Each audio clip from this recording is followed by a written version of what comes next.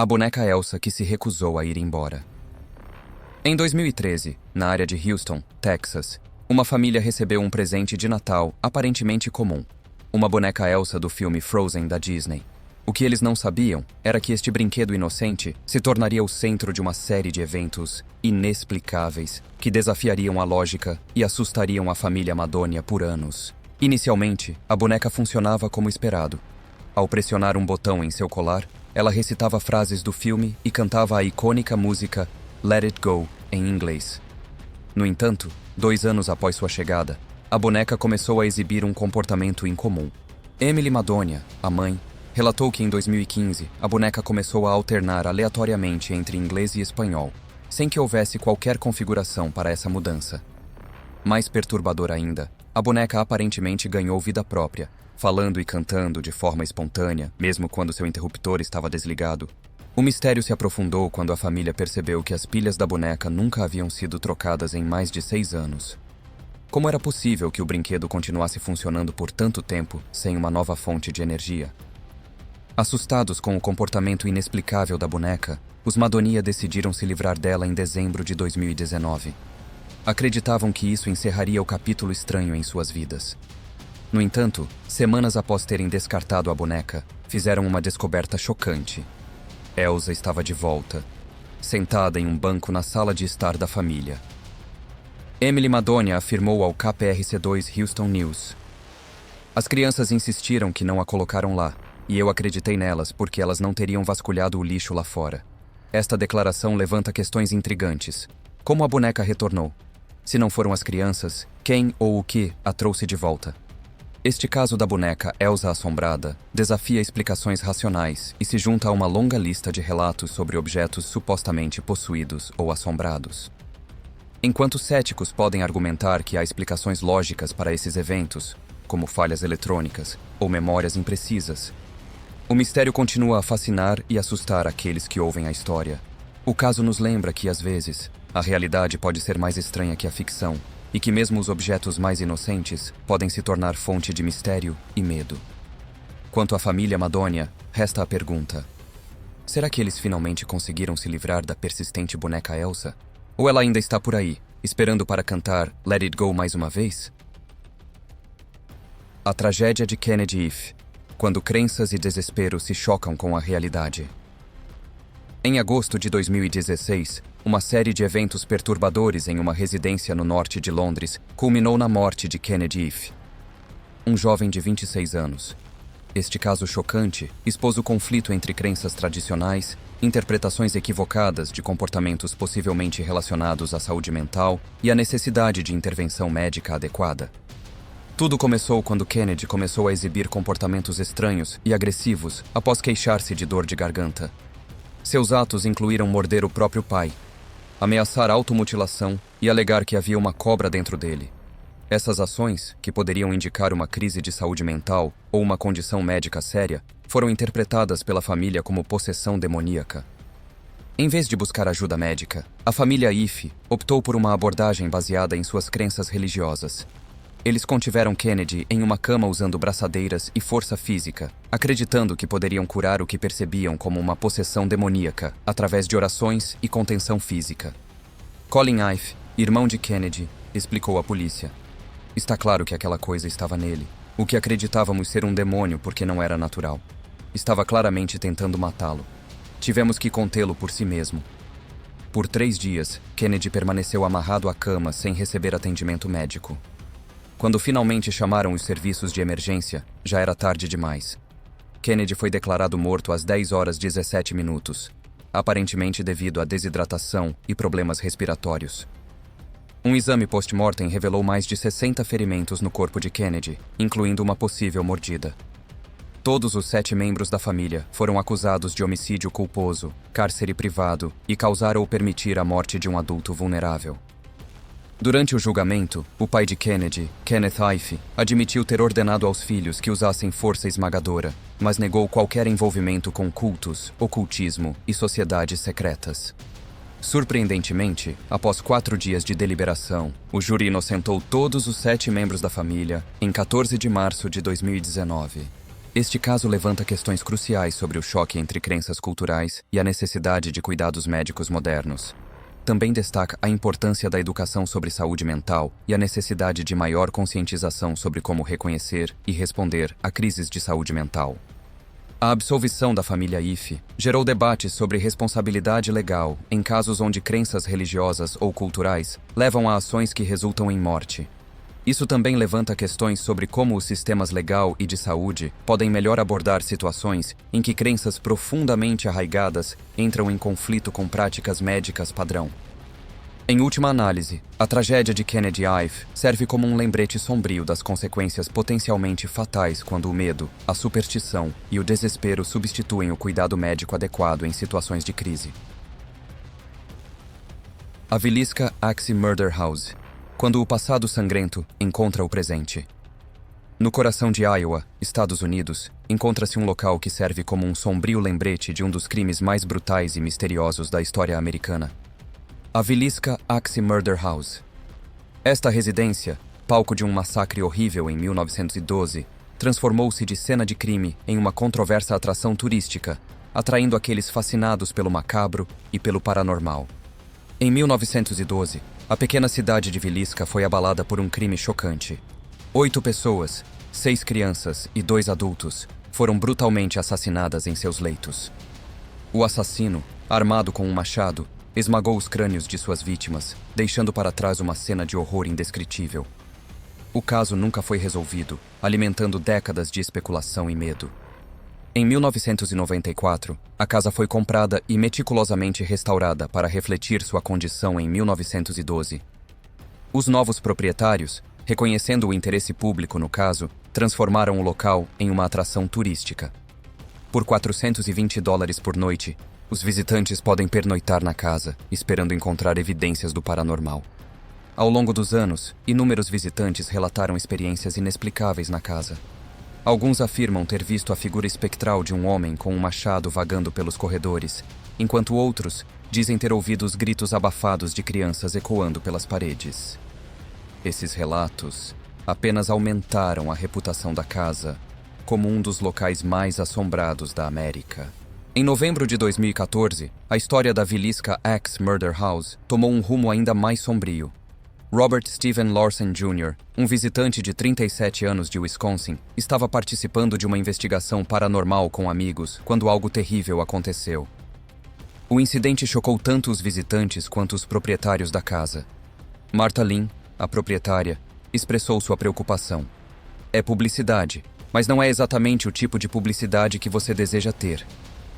Não quero que as pessoas pensem que quando vierem à Villisca Axe Murder House, algo vai acontecer que as fará fazer algo assim. Lawson sobreviveu ao incidente, mas nunca falou publicamente sobre o que o levou a se ferir. O silêncio dele apenas adicionou mais uma camada de mistério à já enigmática história da casa. O caso da Villisca Axe Murder House levanta questões importantes sobre a ética de transformar locais de tragédias em atrações turísticas. Enquanto alguns argumentam que isso mantém viva a memória das vítimas e pode ajudar na resolução de crimes antigos, outros veem como uma exploração insensível do sofrimento alheio. Além disso, o incidente com Lawson destaca os potenciais riscos psicológicos associados a esse tipo de turismo dark. Será que a imersão em ambientes carregados de energia negativa e histórias traumáticas pode ter efeitos prejudiciais sobre indivíduos suscetíveis? Apesar da controvérsia e dos riscos, a Villisca Axe Murder House continua aberta para visitas e pernoites. Ela permanece como um testemunho da fascinação duradoura da humanidade com o macabro e o inexplicável, um local onde o passado sangrento e o presente curioso se encontram em uma dança sombria e intrigante. O Enigma do Monstro de Enfield, um encontro inexplicável em Illinois. Em 1973, a pequena cidade de Enfield, Illinois, tornou-se o centro de uma história bizarra que capturou a imaginação do público e deixou investigadores perplexos. O caso do monstro de Enfield é um exemplo intrigante de como relatos de criaturas desconhecidas podem desafiar nossa compreensão do mundo natural e alimentar especulações sobre o inexplicável. Tudo começou quando Henry McDaniel, um residente local, relatou ter visto uma criatura estranha em seu quintal. Sua descrição da entidade era, no mínimo, peculiar. Segundo McDaniel, conforme relatado pelo Mount Vernon Register News, a criatura tinha 3 pernas, um corpo curto, 2 bracinhos curtos e 2 olhos rosas do tamanho de lanternas. Esta descrição não se encaixava em nenhum animal conhecido, aumentando o mistério em torno do avistamento. O caso ganhou mais credibilidade quando a polícia local investigou o local e encontrou evidências físicas que pareciam corroborar, pelo menos em parte, a história de McDaniel. Foram descobertos arranhões na tela da porta e, mais intrigante ainda, pegadas incomuns. As pegadas foram descritas como semelhantes às de um cão, mas com uma característica distintiva: 6 dedos. Esta anomalia aumentou ainda mais o mistério, pois não correspondia a nenhum animal local conhecido. A declaração mais intrigante de McDaniel veio quando ele expressou sua crença sobre a natureza da criatura. Se eles encontrarem, eles encontrarão mais de um e eles não serão deste planeta. Eu posso te dizer isso. Esta afirmação elevou o caso de um simples avistamento de animal desconhecido para o reino das teorias sobre vida extraterrestre, adicionando uma nova camada de mistério e especulação ao incidente. O caso do monstro de Enfield não é único. Ele se encaixa em uma longa tradição de avistamentos de criaturas misteriosas em todo o mundo, desde o famoso Pé Grande até o monstro do Lago Ness. Esses relatos frequentemente desafiam explicações convencionais e permanecem envoltos em mistério por anos, às vezes décadas. Várias teorias foram propostas para explicar o avistamento de Enfield. Alguns sugerem que poderia ser uma espécie ainda não descoberta ou um animal mutante. Como sugerido por McDaniel, alguns acreditam que poderia ser uma entidade de outro planeta. Céticos argumentam que McDaniel pode ter interpretado mal algo que viu no escuro. Alguns sugerem que a história pode ter sido exagerada ou fabricada, seja intencionalmente ou não. Até hoje, nenhuma explicação definitiva foi encontrada para o monstro de Enfield. O caso permanece como um enigma fascinante na história de Illinois e na ampla categoria de avistamentos de criaturas misteriosas. Casos como este nos lembram que, apesar de nosso vasto conhecimento científico, ainda existem aspectos do mundo ao nosso redor que desafiam explicações fáceis. Eles alimentam nossa imaginação, desafiam nossas suposições e nos lembram que o desconhecido ainda tem o poder de nos surpreender e intrigar. O monstro de Enfield, seja ele uma criatura real não identificada, um produto da imaginação ou algo entre os dois, continua a fascinar aqueles que se interessam pelo inexplicável, servindo como um lembrete de que o mundo ainda pode conter mistérios que estão além de nossa compreensão atual. Hotel del Salto, a beleza trágica de um destino amaldiçoado. Nas proximidades de Bogotá, Colômbia, ergue-se uma estrutura imponente que parece saída de um conto de fadas gótico. O Hotel del Salto.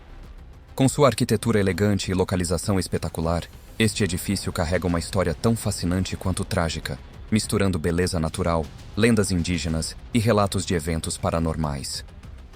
Projetado pelo renomado arquiteto Carlos Arturo Tapias em 1923, o Hotel del Salto foi concebido como um símbolo de luxo e sofisticação. Situado à beira de um penhasco, o hotel oferecia vistas deslumbrantes das cataratas de Tequendama, uma queda d'água de 157 metros de altura. O nome Del Salto, que significa do salto em português, faz referência tanto à sua localização quanto à sua história futura sombria. A área onde o hotel foi construído já carregava um significado profundo para os povos indígenas locais. Segundo lendas da tribo Muisca, estes penhascos foram o cenário de um evento trágico séculos antes da construção do hotel. Conta-se que, para escapar dos colonizadores espanhóis, membros da tribo optaram por saltar das cataratas, preferindo a morte à subjugação. Apesar de sua beleza e localização privilegiada, o Hotel del Salto logo ganhou uma reputação sinistra. Ao longo dos anos, numerosos hóspedes e visitantes supostamente cometeram suicídio saltando das varandas do hotel ou dos penhascos próximos. Estes incidentes trágicos alimentaram rumores de que o local era amaldiçoado ou assombrado. As razões para tantos suicídios nunca foram completamente esclarecidas. Alguns especulam que a beleza hipnótica das cataratas poderia induzir pensamentos suicidas em indivíduos vulneráveis. Outros sugerem que o hotel poderia estar situado em um local com energias negativas, possivelmente relacionadas à história trágica dos Muisca. Com o passar do tempo, a reputação sombria do hotel, combinada com a poluição crescente do rio Bogotá, levou ao seu declínio. O Hotel Del Salto fechou suas portas como estabelecimento hoteleiro, ficando abandonado por anos. Durante este período de abandono, as histórias de assombrações e atividades paranormais se multiplicaram. Em uma reviravolta fascinante, o edifício foi posteriormente restaurado e transformado em um museu. Hoje, o local é conhecido como o Museu de la Biodiversidad y la Cultura, Museu da Biodiversidade e Cultura. Esta transformação permitiu que o edifício mantivesse sua importância histórica e arquitetônica, ao mesmo tempo em que oferece uma nova perspectiva sobre a região e sua ecologia. Apesar de sua nova função como museu, as lendas sobre o passado sombrio do Hotel Del Salto persistem. Visitantes e funcionários relatam experiências inexplicáveis, como sons estranhos, sensações de ser observado e até mesmo aparições de figuras fantasmagóricas.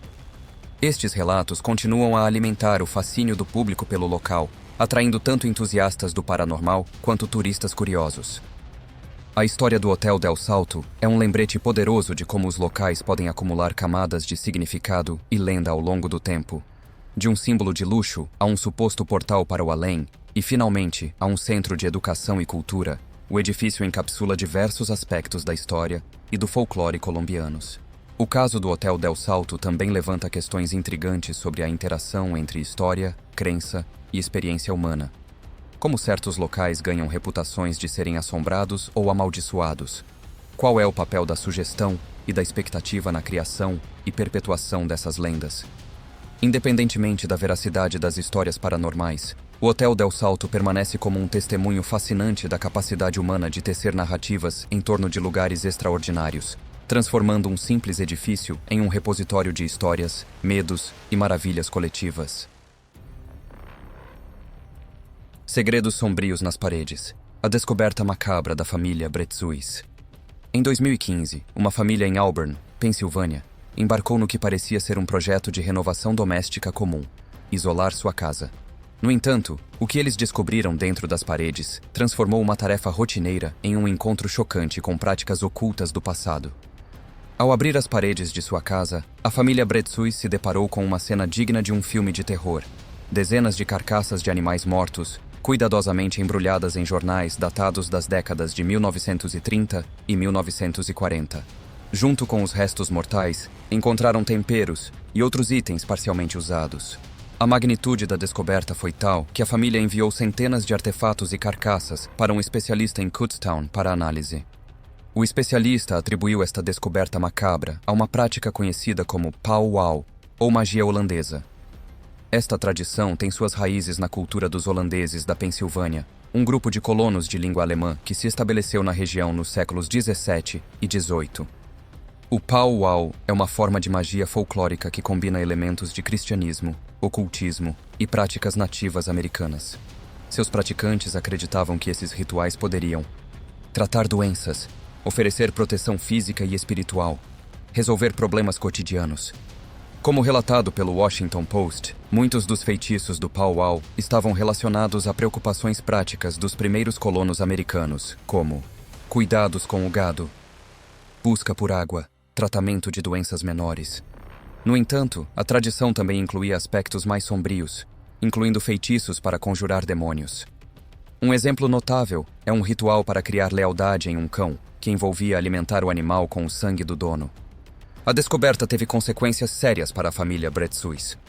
O mofo encontrado nas carcaças em decomposição causou doenças entre os membros da família. A família relatou que o cheiro desagradável permaneceu mesmo após a remoção dos itens. Embora não mencionado explicitamente, é fácil imaginar o impacto emocional de tal descoberta em uma residência familiar. Este caso oferece uma janela fascinante para as práticas e crenças dos primeiros colonos da América. Ele ilustra como tradições antigas podem persistir de maneiras inesperadas. A história pode literalmente estar escondida nas paredes ao nosso redor. As crenças e práticas do passado podem ter consequências duradouras. A descoberta também levanta questões interessantes. Como lidar com artefatos históricos encontrados em propriedades privadas? Quais são as responsabilidades dos proprietários atuais em relação a práticas potencialmente perigosas de ocupantes anteriores? Como equilibrar o respeito pelas tradições culturais com preocupações de saúde e segurança modernas? O caso da família Bretzuis serve como um lembrete vívido de que o passado nem sempre fica no passado. Às vezes, ele pode estar escondido nas próprias estruturas que habitamos, esperando para ser descoberto. Esta história não apenas lança luz sobre práticas históricas fascinantes, mas também destaca os desafios inesperados que podem surgir quando o passado e o presente colidem de maneiras tão tangíveis e perturbadoras. Bom, gente, e é isso. 6 histórias intrigantes que desafiaram a mente humana. Se gostaram e quiserem mais conteúdos assim, comentem e deixem o like, se inscreva no canal.